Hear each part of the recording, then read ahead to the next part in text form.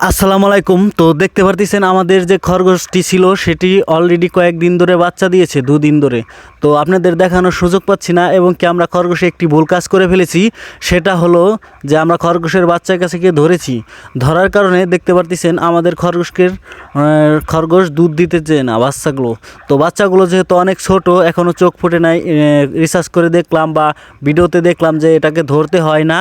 তো আমরা ধরছি যখন, তো বাচ্চাকে দুধ দিচ্ছে না, তো আমরা একটু মহাবিপদে পড়েছি। তো চেষ্টা করতেছি যে বাচ্চাকে দুধ দেয় কীভাবে, ঠ্যাং ধরে খাওয়ানো যায় কি না।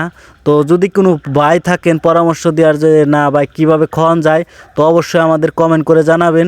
যেহেতু আমরা এই বিষয়ে নতুন, তো আমাদের অতটা অভিজ্ঞতা নাই যে এটাকে কীভাবে খাওয়ানো হয়। তো দেখতে পারতেছেন আমাদের ভিতরে যে ছোটো ভাই শামসু, তিনি অনেক চেষ্টা করতেছেন খাওয়ানোর জন্য।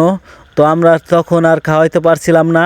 তো তার কিছুক্ষণ পরে আবার এসে খাওয়ানোর চেষ্টা করতেছি।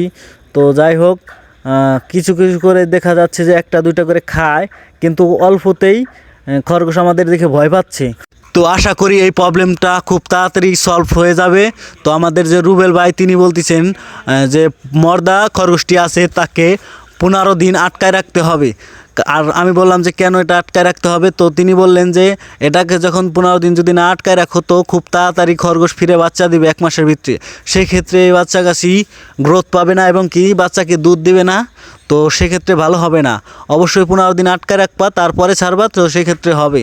তো দেখতে পারতেছেন অলরেডি আমরা খরগোশকে আদর মদর দেওয়ার কারণে দেখতে পারতেছেন 2-1 বার করে যে বাচ্চারা এখন দুধ খাচ্ছে। তো চেষ্টা করব যেভাবে খাওয়ানোর জন্য। তো খরগোশ পালাটা হলো একটি শখের বিষয়। আর আপনারা অবশ্যই আমাদেরকে কমেন্ট করে জানাবেন এই খরগোশ খাওয়া কি যায় কি না। আমরা হয়তো অনেক ভিডিও দেখছি ইউটিউবে যে খরগোশ খাওয়া যায় কি না। তো আমরা এন্তমাত খাই নাই যেহেতু। তো আপনারা অবশ্যই কমেন্ট করে জানাবেন যারা কারা কারা খরগোশ খাইছেন।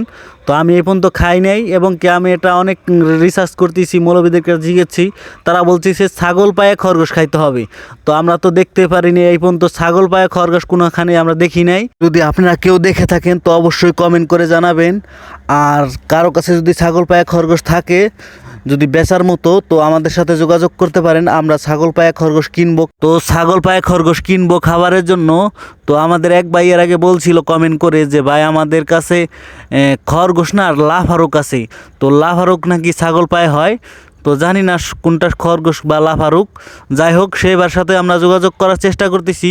তো সে ভাইকে আমরা পাচ্ছি না বর্তমান, তার নাম্বারটা বন্ধ করছে। তো অবশ্যই কারো কাছে ছাগল পায়ে খরগোশ থাকলে আমাদের সাথে যোগাযোগ করবেন।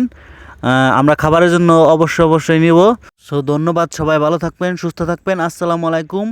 আর আমাদের খামারের জন্য দোয়া করবেন।